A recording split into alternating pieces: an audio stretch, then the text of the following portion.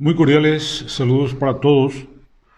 Antes de empezar, antes de entrar en materia, quiero decir que da la impresión de que nos debemos preparar para una crecida extraordinaria del río Paraguay. Las primeras informaciones que se están recogiendo hablan de que hay un ascenso sostenido del nivel del río. Primero se manifestó una crecida extraordinaria del río Aquidabán, desbordó el río Aquidabán, sobrepasó los límites, llegó a una ruta asfaltada, destruyó la ruta asfaltada. Mucha gente ribereña debió abandonar sus hogares. Esto es en el norte, ¿verdad? Luego la información pasó al río Apa. El río Apa se desbordó, salió de madre. También inundó casas, poblados, barrios diversos. Multitud de gente debió abandonar su casa. Sus pertenencias quedaron bajo agua. Estamos viendo también que del otro lado del río, en el Chaco, en Puerto Casado, en Olimpo, hay dificultades. También las lluvias, no por el río, sino que por las lluvias, varias zonas pobladas quedaron anegadas. Y quiero compartirles con ustedes algunas informaciones sobre los datos estadísticos del comportamiento del río, ¿verdad? Que son datos oficiales de la Dirección General de Meteorología e Hidrología. Y nos dice que en estos días, no está actualizado al día, pero de ayer y de anteayer son los datos. Puerto Ladario, el río está en 1,93, creció 2 centímetros. Isla Margarita, 18 centímetros creció. Fuerte Olimpo creció 7 centímetros del río Paraguay. Vallemí, 16 centímetros. En Concepción subió 20 centímetros. ¿Ustedes se imaginan 20 centímetros el río Paraguay? ¿Qué masa de agua enorme está viniendo? Está bajando desde las lluvias torrenciales en territorio brasileño fundamentalmente, ¿verdad? En la naciente del río. Bueno, Puerto Rosario creció 12 centímetros. Antequera 10, Villeta 9, Asunción, Humaitá, Alberdi, Pilar entre 11 y 10 centímetros. Crecida del río Paraguay. Tenemos que prepararnos porque estamos viendo que hemos visto videos en Facebook que en Colombia, Perú, Brasil, las lluvias torrenciales en zonas montañosas, en zonas de serranías, hace que el agua se desborde y el agua baje a gran velocidad. Y los torrentes son violentos, asustadores. Son tiempos de desastres, terremotos, lluvias torrenciales. Hemos visto fríos intensos en los Estados Unidos. Están ocurriendo hechos llamativos. En la zona de Maryland, en los Estados Unidos, en estos días estuvo cayendo un polvo blanco. Nadie sabe de qué se trata, están investigando, haciendo análisis de qué se trata. No hay razón aparente para que eso ocurra, ¿verdad? Y también hay temores porque en la falla de San Andrés, que tiene 1000 kilómetros de extensión, donde dos placas teutónicas se unen y están peleando, están luchando una placa con la otra, por decirlo así, puede haber en cualquier momento un rompimiento y se habla de un terremoto de por lo menos 8 grados. Es decir, ¿qué es lo que estamos viendo en este tiempo? Son tiempos de dolores. Dios está convocando, prepárense. Mucha gente distraída en los carnavales, en Shakira, en Piqué. Hay muchos elementos distractores. Y mucha gente está en eso. Está divirtiéndose, como decía la escritura, como dice la escritura, ¿verdad? Será como en los tiempos de Lot y de Noé, la gente está distraída. Y Dios está llamando. Está diciendo, toc, toc, toc, está golpeando las puertas, diciendo, ojo, vengan a mí, pónganse a cuenta conmigo. Entonces, reitero la información, está subiendo el río. Estamos digamos, viendo manifestaciones que hemos visto en otros años, que estos datos en otros años eran principios de crecidas que luego se expandían. Y estamos viendo que las lluvias están viniendo con frecuencia. No soy meteorólogo, pero tengo la experiencia de haber manejado información durante mucho tiempo de estas cuestiones. Entonces tenemos que estar atentos, alertas. Y sobre todo entender que Dios nos está convocando a ponernos a cuentas con Él.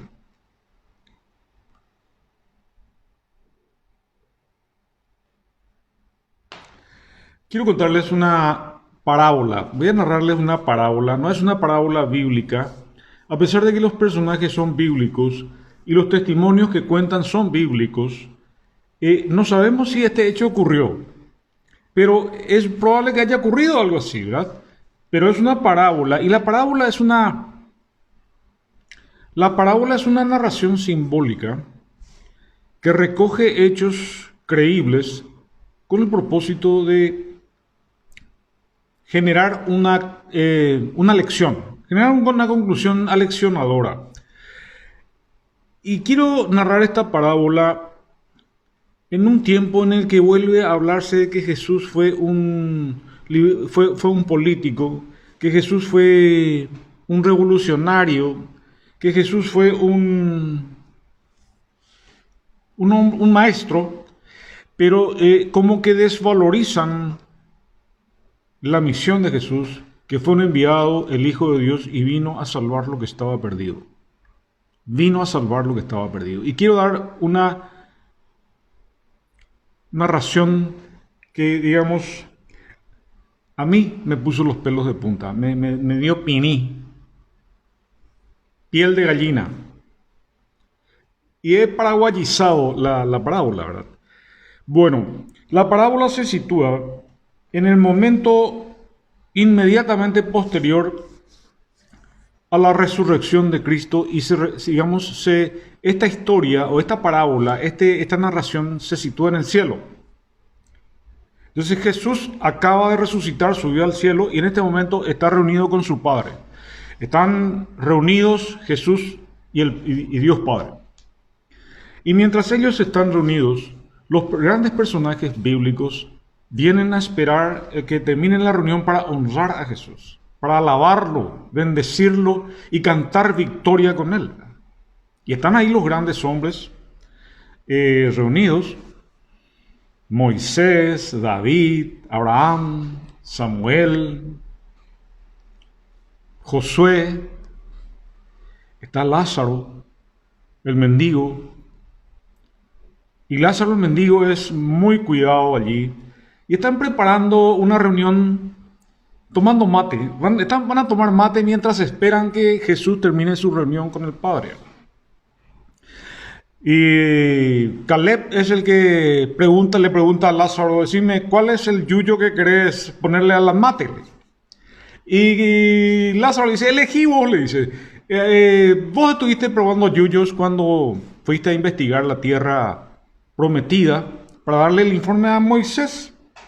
Así que elegí vos el yuyo, y entonces va y del paraíso arranca unos yuyos para ponerle al mate, ¿verdad? Y mientras están todos ellos reunidos, viene llegando un personaje vestido, digamos, de una manera penosa, aparentemente malherido, pero de espíritu exaltado, como que está perdido. Y viene y, viendo allí la reunión, dice: buenas.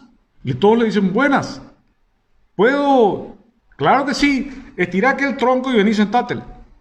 Entonces, el recién llegado va y busca un tronco y viene y se sienta.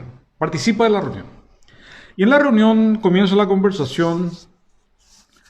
Y Samuel le dice a Moisés, Moisés, contanos, le dice, cuando se abrió el mar rojo, vos no temiste que las aguas se desbordaban sobre ustedes. Y Moisés le dice: no, pero yo veía los peces que venían, sacaban la cabeza del muro del agua y volvían y estaban curiosos los peces. Y el recién llegado se sienta al lado de Lázaro y le dice, se abrió el mar, le dice. Sí, Moisés no sabía, le dice, abrió el mar y el pueblo judío, nuestro pueblo salió de Egipto, le dice. Qué sensacional, dice el recién llegado. Y sigue la conversación y Josué le dice a David, le dice, ¿por qué elegiste 4 piedras cuando te ibas a enfrentar al gigante? Al gigante, le dice. Dice, no, eso no es nada, le dice. En realidad, yo me fijaba en cuál era su punto más débil. De manera que apunté y la piedra se fue directamente a la frente. Y el recién llegado le dice, ¿y este señor se enfrentó con un gigante? Sí, David se enfrentó a Goliat y lo tumbó a Goliat. Sensacional. Y sigue la conversación. Le dicen a Abraham, contanos pues, ¿cuál es la cara que puso Dios cuando le invitaste a un asadete allí bajo la enramada de tu casa? Y Abraham cuenta. Y el recién llegado le dice a Lázaro, le dice, se reunió con Dios, comió asado con Dios. Y sí, le dice, cuando Dios bajó y venía para destruir Sodoma, le dice, se reunió con Dios. Sí. Sensacional.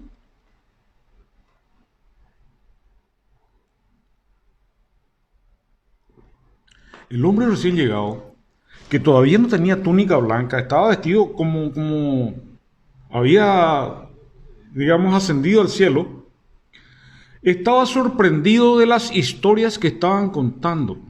Samuel, Moisés, Gedeón, le dicen, che, Gedeón,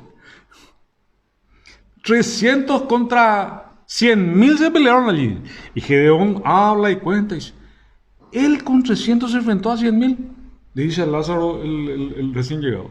Le dice, sí, le dice, 300 hombres vencieron a más de 100.000.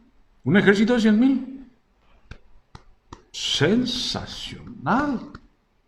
Y todos contaron su historia hasta que se fijan en él, los grandes de la Biblia, y le dicen, ¿y vos qué hiciste? Les? Contanos de tus hazañas, contanos de lo que vos hiciste, la misión que cumpliste. Y él dice, no, yo no hice nada. La verdad que yo no hice nada. No sé qué es lo que les voy a contar. ¿Cómo que no hiciste nada? Algo habrás hecho para estar acá entre nosotros. No puede ser que sin haber hecho nada estés acá. Y la verdad que yo no hice nada. Que como ustedes abrieron el mar, enfrentaron gigantes, 300 que se enfrentaron a un ejército. Esas cosas discúlpenme, pero no tengo nada que contarles. Se miran todos los grandes hombres de la Biblia y le dicen, ¿y quién sos vos? ¿Cómo te llamas? Y él da un nombre que suena a Dimas. Yo me llamo Dimas. ¿Y por qué estás aquí? Pues si vos no hiciste, si no podés contarnos lo que hiciste, lo que tuviste que hacer, lo que tuviste que hacer. Porque aquí, por ejemplo, Jonás no quiso hacer, pero hizo. Y aquí Jonás, escuchaste lo que Jonás contó. Cómo estuvo en una ballena y... Bueno, pero a mí me sorprenden todas estas historias. Yo era un ignorante, de estas cosas nunca supe ni me interesaron. Y los hombres de Dios se maravillan de cómo es que un hombre que no se interesó en las cuestiones, en la narración de las Escrituras, no conocía las Escrituras, ¿cómo es posible que esté aquí compartiendo con nosotros? ¿Verdad? Se maravillaban y se sorprendían.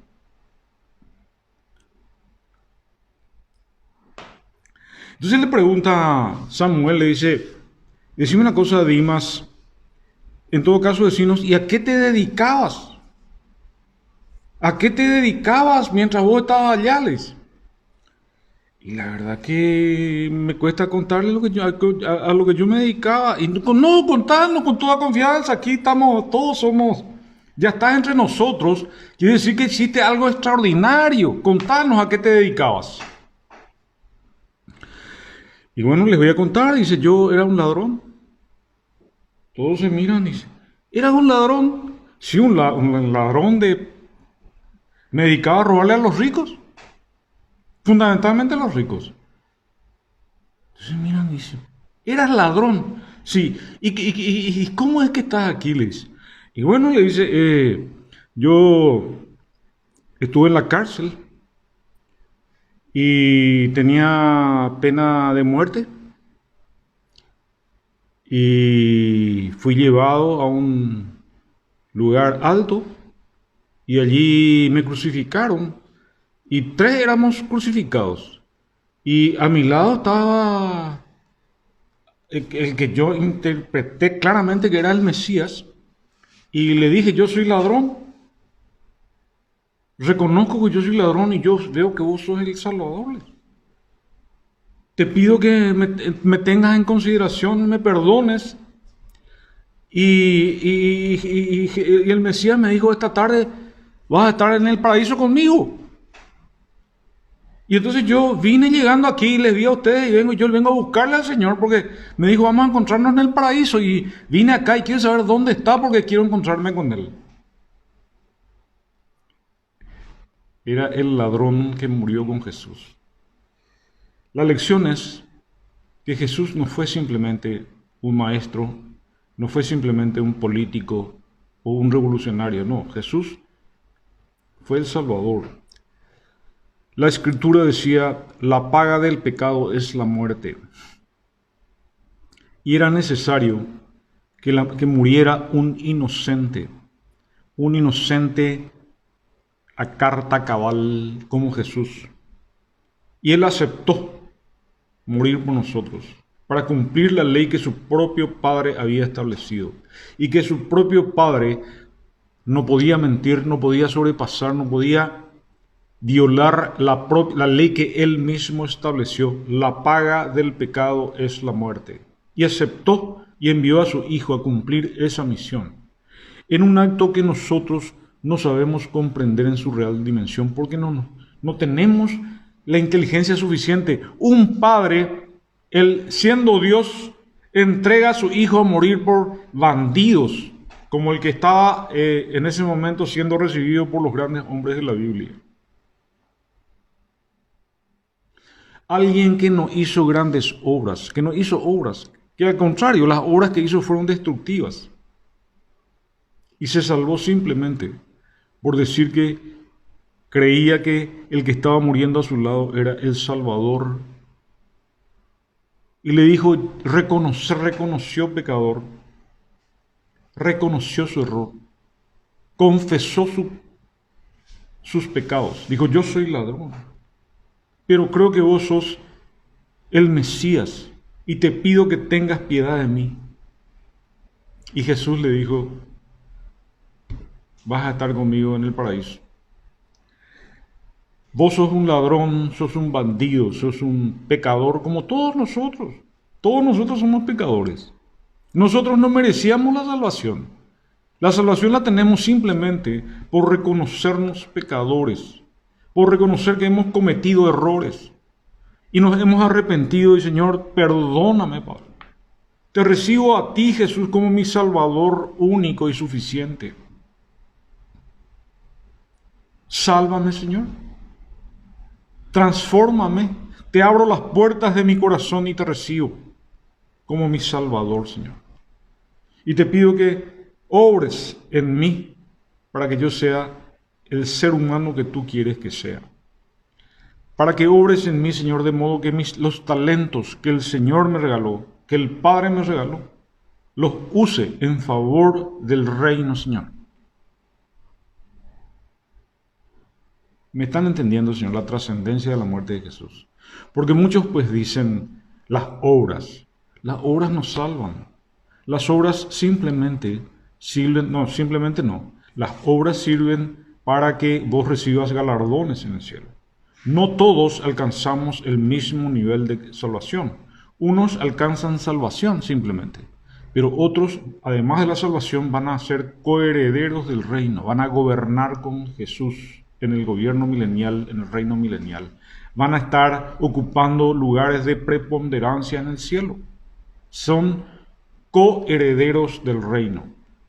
¿Me están entendiendo, señores? Lo importante es que alcance salvación, porque estamos viviendo los tiempos finales, los tiempos postreros, y Dios está produciendo hechos que sacuden al mundo. Hechos que sacuden al mundo. Si ustedes levantan la mirada y ven las informaciones, van a ver terremotos, ventiscas, temporales violentos, torrentes que arrastran casas.